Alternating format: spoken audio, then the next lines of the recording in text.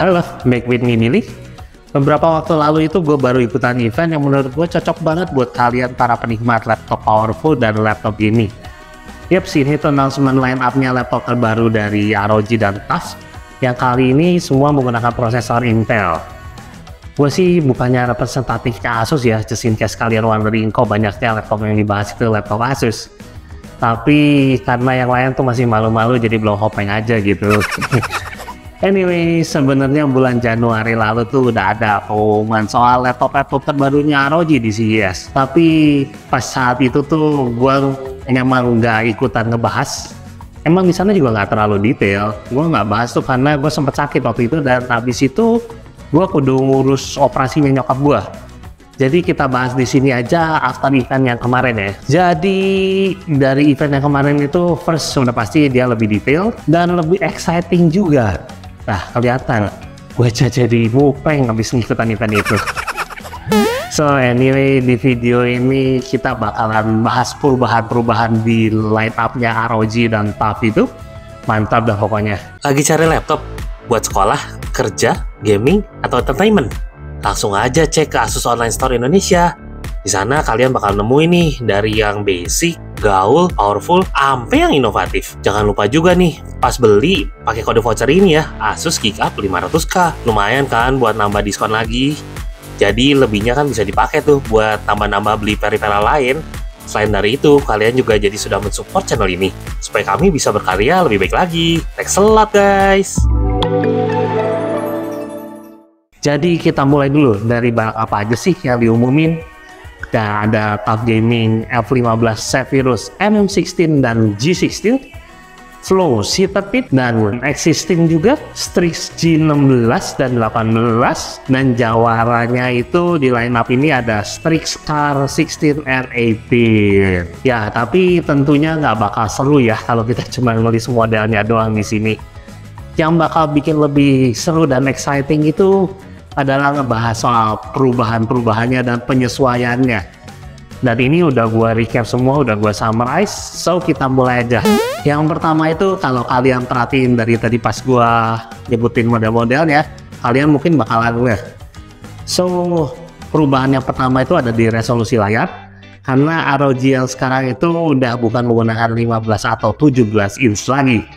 Sekarang semua sudah mengikuti aspek rasio kekinian, which is 16:10.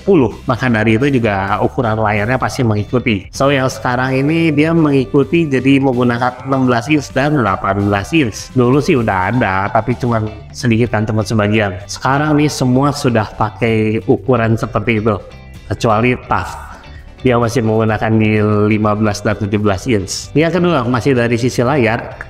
Nah, VivoBook dan ZenBook kan ada OLED.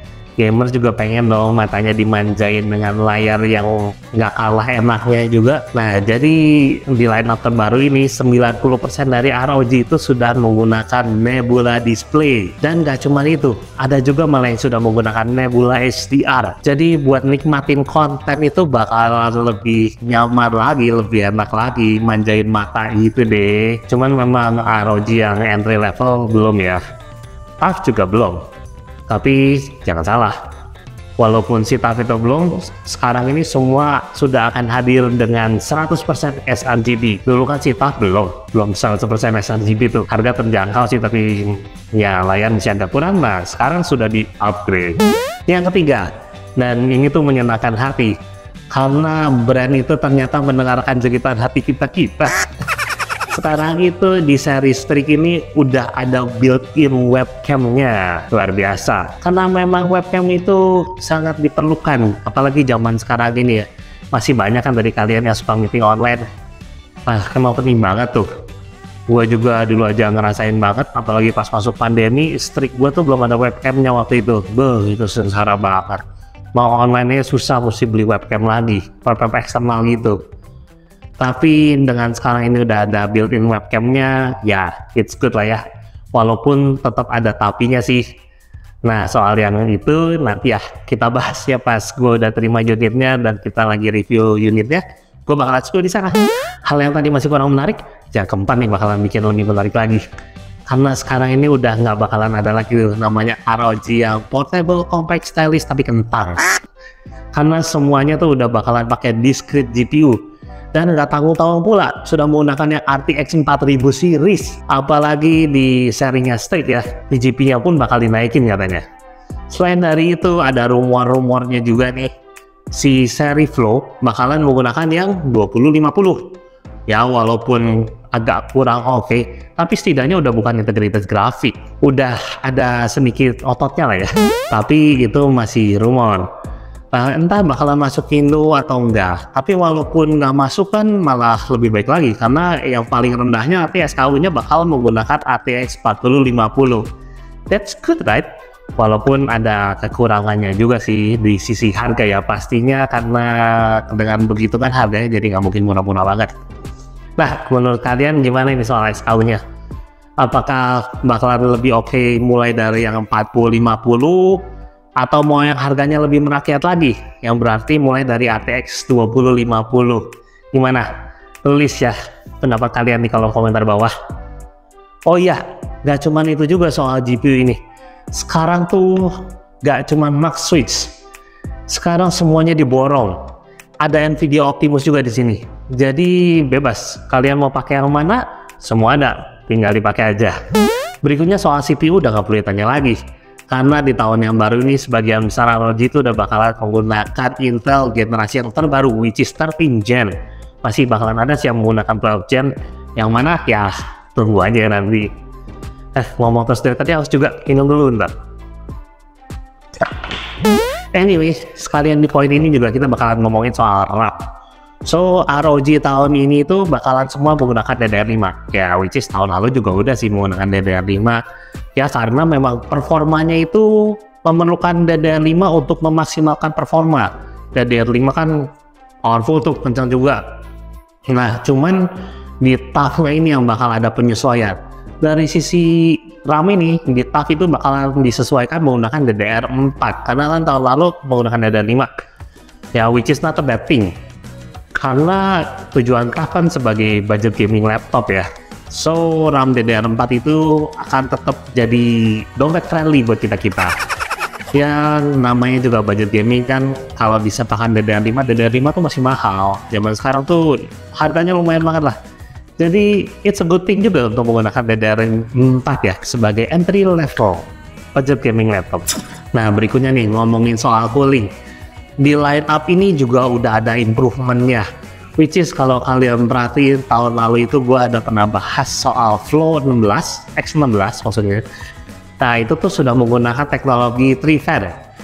Yang mana inovasi itu works, dan sekarang bukan di Flow doang, udah bakalan digunakan di lebih banyak ROG lagi. Yang mana itu teknologi 3 fan, full with heatsink, dan heat pipe-nya pun katanya bakalan diperbanyak juga. Dust filter juga yang tadinya cuma digunakan di satu ROG aja maksudnya tahun lalu, sekarang bakalan digunakan di lebih banyak model lagi. Cooling improvement good, berasa, dan memang harus menurut gua, karena mereka tuh di sini kan sudah menggunakan yang ya tadi RTX 4000 series mayoritas. So, sudah pastinya RTX 4000 series ini bakal mengeluarkan panas yang lebih tinggi juga. Makanya heatsink itu memang ya cooling itu perlu diimprove.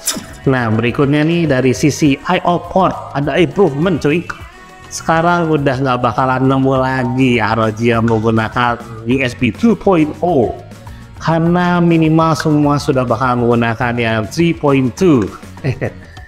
Mantap kan tuh, semua laptopnya sudah menggunakan port Thunderbolt juga. Thunderbolt 4 sekarang semuanya sudah ada di situ. Dan nggak cuma itu juga, ada lagi yang wow juga sih buat gua. Karena dulu-dulu tuh di Strix Series nggak seperti ini, at least Strix punya gua nggak begitu.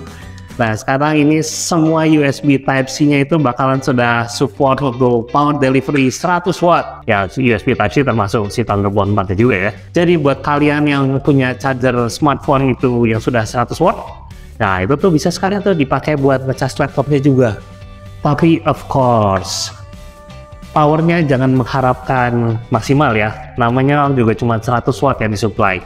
Jadi ya kudu make sense juga lah di sini.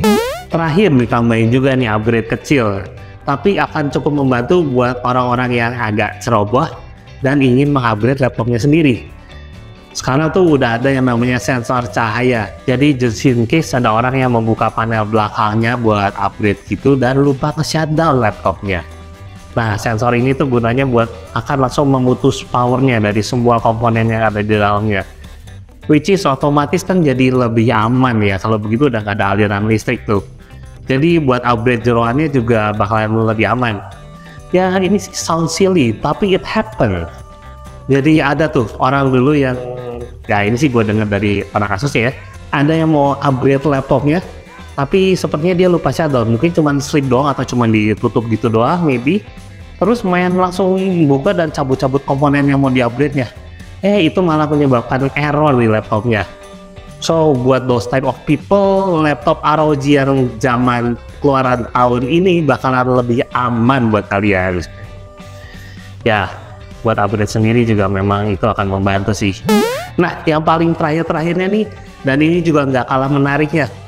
Buat gue sih ini seru banget karena di tahun 2023 ini, kalau kalian beli laptop ROG yang line up terbaru keluaran 2023 ini tuh, kalian bakalan langsung otomatis dapat mouse gaming. Mouse gamingnya juga nggak tahu-tahu lah, bukannya ecek-ecek. Kalian bakalan dikasih mouse gamingnya ROG.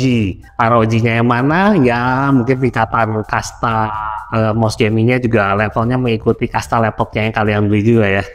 Jadi ya kalau laptop entry level ya mouse gamingnya mungkin entry level juga. Kalau laptop yang super powerful, laptop Sultan, ya tentunya mouse gamingnya juga mungkin menyesuaikan yang buat Sultan juga. Ya jadi segitu aja update buat line up terbarunya gaming series dari Asus with Intel, which is ROG dan TUF ini. Selain dari facelift yang ada di desainnya ya, gimana? Menarik? Menurut gue sih ini menarik banget. Berarti buat gue, gimana buat lu? So, soal harganya gimana? Gue juga belum tahu. Soalnya Asus belum spill apa-apa soal harga. Mereka totally silent. Belum ngomong-ngomong. Tapi kan kalau harganya makin terjangkau, makin baik. Bisa pecah ini. Market rusak dah. Tapi itu kan yang semua dari kita pengen juga. Bener ya? So, sekian dulu obrolan dari Geek soal line up terbarunya ROG with Intel ini. Kalau kalian suka dengan video ini, boleh tolong kasih like. Untuk dukungannya, tolong di subscribe. Dan untuk saran dan komentar, boleh tulis di kolom komentar bawah. Dengan gue Billy, sampai ketemu di video berikutnya. Bye-bye. Ciao.